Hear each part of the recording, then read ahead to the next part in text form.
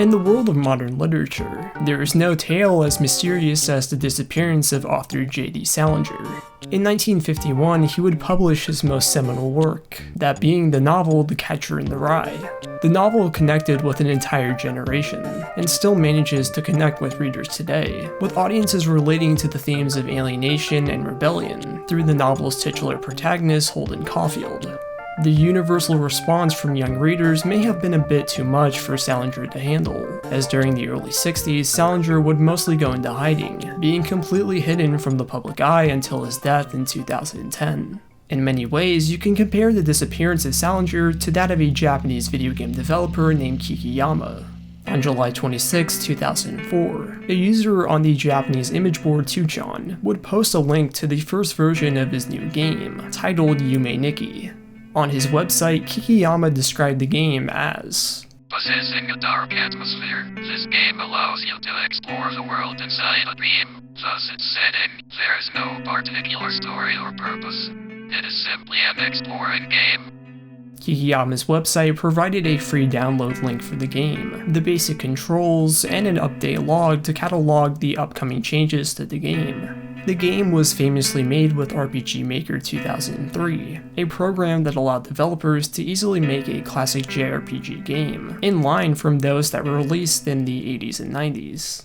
Though it wasn't the first major RPG Maker game, as the Corpse Party series predated it by a bit, Yume Nikki would explode in popularity, and along with Cave Story, it ushered in the new practice of single independent game developers, really publishing their games to the internet, a practice that's now widely used today. For a game whose only form of marketing was through a single post on an image board, the success of the game went a long way, and in the years since, Yume Nikki is quite possibly the ultimate example of a sleeper hit in the world of gaming. There are entire communities, websites, let's plays, fan games, reviews, analyses, cosplays, animations, memes. Basically every element of this game from front to back has been dissected to the ends of the earth. For a game that's essentially a walking simulator, it managed to connect with an entire generation of gamers for a variety of different reasons. Many liked the game for its creativity and perfect capturing of what it feels like to be in a dream, while others loved it for the way it was able to get under your skin, blending horror with that of the surreal, while some really liked the Easter eggs and world building that the game brought to the table. However, some related with the game on a deeper level, connecting with the game's protagonist, Momosuke. Though it's not concrete in terms of story, it's heavily implied that Momosuke is a hikikomori, or as we know them over here in the West as NEETs. There's all types of theories to why she's like this, using context clues in the game to fill in the blanks, but regardless, many still related with her condition. There's even a section in the Yubo-chan fan forum dedicated to people discussing their hikikomori-like struggles and recovery. The point I'm trying to convey here is that Yume Nikki connected with a ton of people, and many over the years have tried to convey their love for the game back to its original creator. But to the shock of many new fans, the whereabouts of Kikiyama have become a mystery, leading many people to wonder what happened to him or who he even is in the first place. What was immediate at first were Kikiyama's inspirations for the game, though there was nothing that quite came before it. Many at the time, and still today, drew an immediate connection with the first two Mother games, or Earthbound as it's known here in the West. Yume Nikki graphically as well as somewhat thematically fits in with the same sort of style that Mother 2 presented, while also referencing the first game for the Famicom, with the FC worlds being an obvious homage to the original game, as well as the 8-bit console it came from. Since then, others have pointed to the work of Osamu Sato, in particular his 1997 game LSD Dream Emulator, as that game too has a very similar gameplay style to that of the dream exploring in Yume Nikki. But aside from his clear inspirations in making the game, for a while those who were fans of Yume Nikki had very little to work off of, other than Kikiyama's personal website. It was entirely focused on the game itself, again going over the basic controls, the different abilities to collect and what they do, an update log, and of course a download link to the game. The homepage has a notable section that roughly translates to the following. Thank you to everyone who has played Yume Nikki. There are numerous bugs in this version. There are fatal bugs that interfere with gameplay, so we have prepared fixes for them. We apologize for the inconvenience, but we hope you will use against him. Thank you for your cooperation.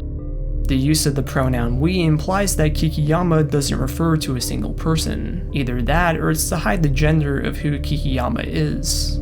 The name Kikiyama itself translates into English as Machine Mountain, which can easily stand for a team as it could for a single entity. The character Marzan, which can be found in the Martian underground section, is said to be a stand-in representation of Kikiyama himself, as the character is located under a hill with machines in the background. Still, even with this discrepancy, many still refer to Kikiyama as a man and the sole and only developer of Yume Nikki, an assumption which may have been inspired by Cave Story, and how that too was another game that was developed by a single Japanese man. A year prior to the release of Yume Nikki, Kikiyama would post electronic dance music to the now-defunct Japanese music sharing website MySound, with many of these tracks later appearing in the game. The album cover arts all had graphical elements that would later appear in the game as well, and Kikiyama's profile picture was a screenshot of Matsuki's room from a pre-0.0 build of the game, showing a more cramped environment than what's present in the final version. Going back to Kikiyama's website, when the game started to become huge, many people had questions about it, so much so that Kikiyama would create a little FAQ infograph for the game, which roughly translates to the following. What kind of game is it? PS? PS2? This is a PC game created with RPG Maker and released for free on the internet. What's the genre? It isn't horror. Neither bureau. A warm-hearted game. I want to try playing it, but how do I do it? Do I need to pay? All you need to do is to download Yume Nikki's and RPG Maker 2003's RTP data to play it. Both are free. I can't leave the room. Use the bed to sleep. Where should I go? You can go anywhere. What should I do? You can do anything. If I had to say something, then I'd recommend to collect the effects. Effects? Collecting them is more enjoyable than just walking. I can't seem to find them. Keep trying. The main way that Kikiyama gathered these frequently asked questions was likely through his email. The email was in the README file for the game, and was the only way to contact him. The only recorded instance of Kikiyama emailing a fan back was this one that was written in 2011, saying, Nice to meet you. I am Kikiyama. Please excuse the Japanese. Thank you for playing Yume Nikki. I am very happy just that you enjoyed it. Thank you for your mail. Through the mid to late 2000s, Kikiyama would update the game many times, expanding his overall vision and fixing all the various bugs along the way. On October 1st, 2007, Kikiyama would post the final version of Yume Nikki, that being the 0.10 build of the game. This was the final build of the game and was most likely the version that you've played. Due to the naming of the build, many obviously theorized that Yume Nikki was never finished, with many to this day debating whether the game is a complete product. The last time that the website was updated was on June 30th, 2008, and for a while it would be the last trace of Kikiyama's existence for over a decade. Around the late 2000s and early 2010s was when the game started to pick up a cult following, not only in Japan but also here in America, with the game's following spreading from 2chan to 4chan. In August of 2012, YouTuber Peanut Butter Gamer would upload a video called Top 10 Scariest Enemies in Video Games, placing the character Uboa at number 10, exposing the game to a whole new audience, myself included. This newfound interest in the game would spawn many theories about the disappearance of Kikiyama. The most famous of these rumors was that of his supposed death, with many theorizing that Kikiyama died during the 2011 Tohoku earthquakes, or the following tsunamis. But on January 10, 2018, those rumors would finally be laid to rest, as the final version of Yume Nikki would be released on Steam by publisher Playism, introducing a whole new generation to the game, and is likely the version that you've played. Publisher Playism would reveal that Kikiyama was involved with the game's re-release, and would later help in the development of the 3D remake Yume Nikki Dream Diary, giving his full blessing and endorsement for both projects. Since then, many indie games have been blatantly inspired by Yume Nikki, whether it be Helix, the Lisa series, or more recently Omori. Though many games paid tribute to or were heavily inspired by Yume Nikki, there is no one piece as well known as the 2015 smash hit Undertale. Other than the previously mentioned Mother Games, Toby Fox, the developer of Undertale, was hugely inspired by Yume Nikki. Fox, like Kikiyama, was also a developer that has stayed away from the spotlight as much as he can, though not to the same secretive extent as him. On February 1st, 2023, Fox would manage to contact Kikiyama for his secret-based articles for the magazine Weekly Famitsu, one of the most historic Japanese video game magazines. He had previously written 3 other articles for them, but this was his first interview.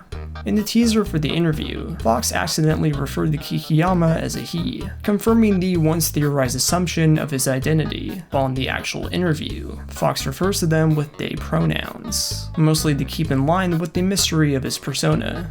The interview, aside from the final question, were all simple yes or no questions that Fox asked to Kikiyama. The interview goes as follows. Number 1, when you published Yume Nikki version 0.108, did you think, this is it? This is the final version? No. Number 2, the site vector where you originally uploaded Yume Nikki was home to many other games such as Cave Story and Mao no Akujai among others. At that time, were you enjoying other free games? Yes. Number 3, Yume Nikki is made with RPG Maker. Before making Yume Nikki, did you ever make a more traditional RPG, something with battles or level system, using the default systems in the engine, even if you don't intend to ever publish it anywhere? No. Number 4, did you often draw creatures and scenes in Yume Nikki's style before you made the game? Yes.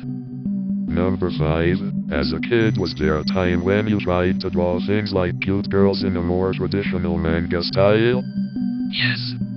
Number 6, have you ever played any of Osamu Seto's games such as LSD Dream Emulator? Yes. Number 7, have you ever listened to any of FX Twin's albums? No. Number 8, when I first released Undertale, it unexpectedly became very popular and I became very stressed because of it. I have become more relaxed about it now, but have you had a similar experience regarding releasing Yume Nikki? No. Number 9, do you still make art or write music sometimes, even if you aren't going to publish it? Yes. Number 10, up until now I have just asked yes or no questions, but it may be hard to answer that way for this one, so be ready for this. If we were to go to Denny's together, what would you order? I'll send you the menu, so let me know. Rice casserole with 3 types of cheese and shrimp. Though many may have been disappointed by this interview or lack thereof, I think there's one thing we can all agree on, that being that there will never be another game developer quite like Kikiyama. In the age where nobody is truly private anymore, it is refreshing to see somebody embody the same cryptic and secret allure of their own person, just like the art that they produce.